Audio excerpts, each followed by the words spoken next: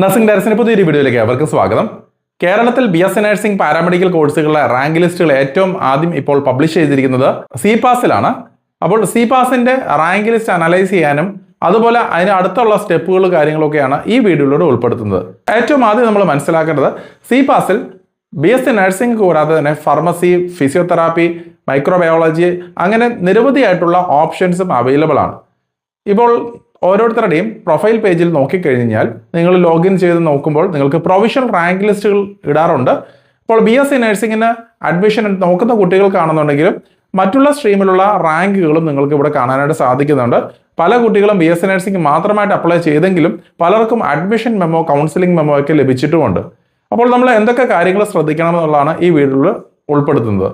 അപ്പോൾ ഏറ്റവും ആദ്യം നമ്മൾ ശ്രദ്ധിക്കേണ്ടത് BSc നഴ്സിംഗിനെ ആണെങ്കിലും നിരവധിയായിട്ടുള്ള പ്രൊവിഷണൽ റാങ്ക് ലിസ്റ്റുകൾ നിങ്ങൾക്ക് കാണാനായിട്ട് സാധിക്കുന്നതാണ്. ജനറൽ മെറിറ്റ് അടിസ്ഥാനപ്പെടുത്തിയുള്ള റാങ്കുകളാണ് ഏറ്റവും ആദ്യം കാണാറുള്ളത്.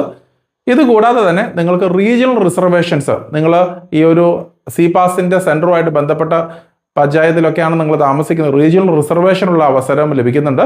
അപ്പോൾ റീജിയണൽ റിസർവേഷനുള്ള റാങ്കുകൾ സെപ്പറേറ്റ് ആയിട്ട് കാണാം. അതുകൂടാതെ തന്നെ നിങ്ങൾക്ക് OBC വിഭാഗത്തിലുള്ള പെടുന്ന അല്ലെങ്കിൽ ഏതെങ്കിലും റിസർവേഷൻ കാറ്റഗറി പെടുന്നതാണെങ്കിൽ തീർച്ചയായും അതിനെ അടിസ്ഥാനപ്പെടുത്തിയുള്ള പ്രൊവിഷണൽ റാങ്ക് ലിസ്റ്റുകൾ കാണാനായിട്ട് സാധിക്കുന്നതാണ്.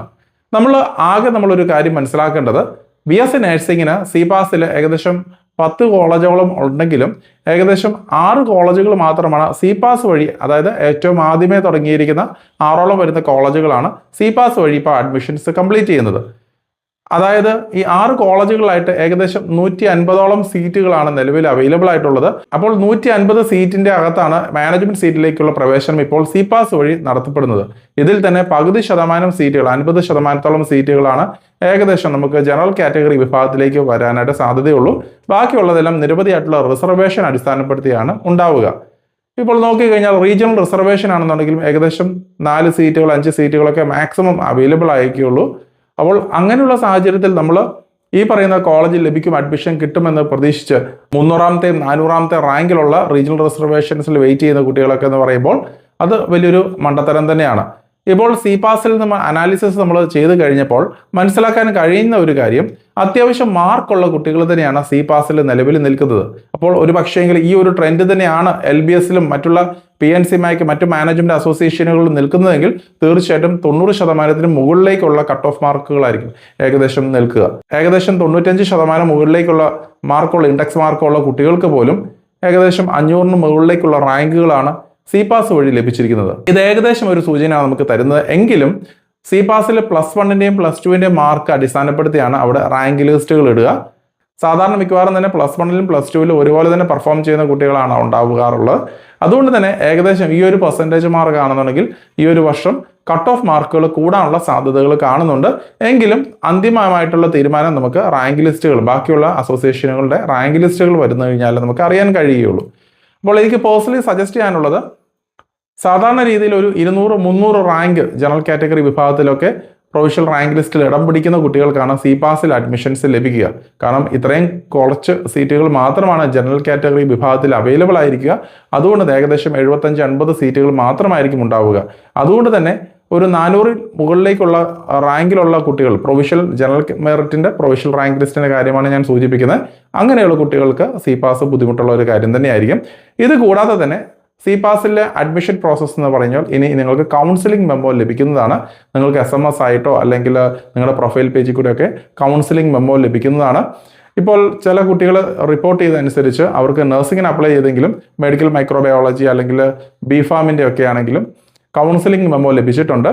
നിങ്ങൾക്ക് ഏതാണോ കോഴ്സ് താല്പര്യപ്പെടുന്ന ആ കോഴ്സിലേക്ക് മാത്രം നിങ്ങൾ അഡ്മിഷൻസ് എടുക്കുക. ഒരു പക്ഷേങ്കിൽ നിങ്ങൾ BPharm-ലേക്ക് അഡ്മിഷൻസ് എടുത്തു കഴിഞ്ഞതിന് ശേഷം പിന്നീട് BSc നഴ്സിംഗിലേക്ക് തിരിച്ചു വരാനുള്ള സാധ്യതകളോ അല്ലെങ്കിൽ വേറൊരു അസോസിയേഷനുകളിൽ അഡ്മിഷൻസ് ലഭിച്ചാൽ അങ്ങോട്ടേക്ക് മാറാനുള്ള സാധ്യതകളോ ചിലപ്പോൾ അവിടെ ഉണ്ടാവുകയില്ല. അതുകൊണ്ട് തന്നെ നിങ്ങൾ താല്പര്യമുള്ള കോഴ്സിലേക്കുള്ള അഡ്മിഷൻ മെമ്മോ വരുന്ന സമയത്ത് മാത്രം അഡ്മിഷൻസ് എടുക്കുവാനായിട്ട് പ്രത്യേകം ശ്രദ്ധിക്കുക. ഏതെങ്കിലും ഒരു കോഴ്സ് എവിടെയെങ്കിലുമൊക്കെ പഠിച്ചാൽ മതി എന്നുണ്ടെങ്കിൽ നിങ്ങൾക്ക് ഏതെങ്കിലും ഒരു അഡ്മിഷൻ മെമ്മോ വരുന്നതനുസരിച്ച് നിങ്ങൾക്ക് അതിൻ്റെ അകത്ത് പാർട്ടിസിപ്പേറ്റ് ചെയ്യാം. നമ്മൾ അഡ്മിഷൻ മെമ്മോ അല്ലെങ്കിൽ ഈ കൗൺസിലിംഗ് മെമ്മോ ലഭിക്കുന്ന മുറയ്ക്ക് അവർ പറഞ്ഞിരിക്കുന്ന തീയതിക്കുള്ളിൽ അവരുടെ ഗാന്ധിനഗറുള്ള, അതാണ് മെയിനായിട്ട് ഹെഡ് ഓഫീസായിട്ട് പ്രവർത്തിക്കുന്നത്. അപ്പോൾ ഗാന്ധിനഗറുള്ള SMA CPAS-ന്റെ സെൻറ്ററിൽ എത്തിച്ചേരുകയും നിങ്ങളുടെ ഒറിജിനൽ ഡോക്യുമെന്റ്സ് കാര്യങ്ങളെല്ലാം നൽകി അഡ്മിഷൻസ് അവിടെ കംപ്ലീറ്റ് ചെയ്ത് ഫസ്റ്റ് ഇയറിലെ ഫീസും അടയ്ക്കേണ്ട ഒരു ഘട്ടമാണ് ഇപ്പോൾ ഉണ്ടാവുക. അതുകൊണ്ട് തന്നെ ഒരിക്കൽ കൂടി നിങ്ങൾ വ്യക്തമായിട്ട് നിങ്ങളുടെ അഡ്മിഷൻ പോസിബിലിറ്റി അല്ലെങ്കിൽ നിങ്ങളുടെ പ്രിഫേർഡ് കോഴ്സ് ഏതാണെന്ന് മനസ്സിലാക്കുക. അതൊക്കെ മനസ്സിലാക്കിയതിന് ശേഷം മാത്രം ഒരു ഉചിതമായിട്ടുള്ള തീരുമാനങ്ങൾ എടുക്കുക. നേഴ്സിംഗ് മാത്രമാണ് നിങ്ങൾ മെയിനായിട്ട് ഫോക്കസ് ചെയ്യുന്നതെങ്കിൽ മറ്റുള്ള സ്ട്രീമിലേക്ക് നിങ്ങൾക്ക് നോക്കേണ്ടതായിട്ടില്ല. കാരണം ഇപ്പോൾ അഡ്മിഷൻ മെമ്മോ ലഭിച്ചുകൊണ്ട് അല്ലെങ്കിൽ കൗൺസിലിംഗ് മെമ്മോ ലഭിച്ചുകൊണ്ടിരിക്കുന്ന കുട്ടികൾക്ക് അത്യാവശ്യം 95% മുകളിലേക്ക് മാർക്കുള്ള കുട്ടികളാണ് എന്നാണ് ഞാൻ മനസ്സിലാക്കിയത്. അതുകൊണ്ട് തന്നെ അങ്ങനെയുള്ള കുട്ടികൾ തീർച്ചയായിട്ടും മാനേജ്മെന്റ് സീറ്റിലോ LBS സീറ്റിലോ ഒക്കെ BSc നഴ്സിംഗിന് മികച്ച കോളേജുകളിലേക്ക് അഡ്മിഷൻസ് നേടാനായിട്ടുള്ള സാഹചര്യം ഉണ്ടെന്നും കൂടെ മനസ്സിലാക്കുക. അപ്പോൾ ഇത്രയുമാണ് CPASന്റെ കാര്യങ്ങൾ നിങ്ങൾ മനസ്സിലാക്കേണ്ടത്. വീണ്ടും ഒരിക്കൽ കൂടി പറയട്ടെ, മാർക്ക് കുറവുള്ള കുട്ടികൾ, പ്രത്യേകിച്ച് 85% താഴോട്ടുള്ള മാർക്കുള്ള കുട്ടികൾ കേരളത്തിന് പുറത്തേക്കുള്ള ബെറ്റർ ഓപ്ഷൻസിലേക്ക് നോക്കുന്നതായിരിക്കും എപ്പോഴും നല്ലത്. നമ്മുടെ ഗൈഡൻസ് ഗ്രൂപ്പ് വഴി നമ്മൾ ഹെൽപ്പ് ചെയ്ത് കൊടുക്കുന്നുണ്ട്. അപ്പോൾ താല്പര്യമുള്ള കുട്ടികൾക്ക് ഞങ്ങളെ കോൺടാക്ട് ചെയ്യാവുന്നതാണ്. കാരണം LBSന്റെ റാങ്ക് ലിസ്റ്റുകൾ വരുന്ന ആഴ്ചയിൽ തന്നെ, ഒരു പക്ഷേങ്കിൽ ഈ ആഴ്ച തന്നെ പബ്ലിഷ് ചെയ്തെന്ന് വരാം. അത് കഴിഞ്ഞതിന് ശേഷം മിക്കവാറും വരുന്ന സീറ്റുകളൊക്കെ കംപ്ലീറ്റ് ചെയ്യാൻ അല്ലെങ്കിൽ പുറത്തേക്കുള്ള സീറ്റുകളൊക്കെ ഫില്ലാകാനോ ഫീസ് കൂടാനുള്ള സാധ്യതകളും കാണുന്നുണ്ട്. അപ്പോൾ ഉചിതമായിട്ടുള്ള ഡിസിഷൻസ് എടുക്കുക. ഇതുകൂടാതെ തന്നെ നമുക്കൊരു ഫ്രീ ആയിട്ടുള്ള ഒരു guidance group WhatsApp group community available ആണ്. അപ്പോൾ താല്പര്യമുള്ളവർക്ക് അതിൻ്റെ ലിങ്കുകളും ഞാൻ ഡിസ്ക്രിപ്ഷൻ നൽകിയിട്ടുണ്ട്. അതിലേക്ക് നിങ്ങൾക്ക് ജോയിൻ ചെയ്യാവുന്നതാണ്. അപ്പോൾ നമ്മൾ ഇടയ്ക്ക് ഫ്രീ ആയിട്ടുള്ള ഓൺലൈൻ വെബിനാറുകൾ, സെമിനാറുകളൊക്കെ നടത്താറുണ്ട്. അപ്പം താല്പര്യമുള്ള കുട്ടികൾക്ക് ആ ഗ്രൂപ്പിലേക്ക് ജോയിൻ ചെയ്ത് കഴിഞ്ഞാൽ അതുവഴി നമുക്ക് ഈ പറയുന്ന പോലെ ഗൂഗിൾ മീറ്റിൻ്റെ ലിങ്കുകൾ കാര്യങ്ങൾ നമ്മൾ ഇടയ്ക്ക് ഇടാറുണ്ട്.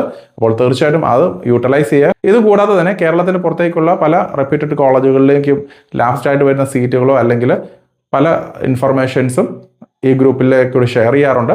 അപ്പോൾ താല്പര്യമുള്ളവർക്ക് ആ ഒരു ഫ്രീ ഗ്രൂപ്പിലേക്ക് ജോയിൻ ചെയ്യാവുന്നതാണ്.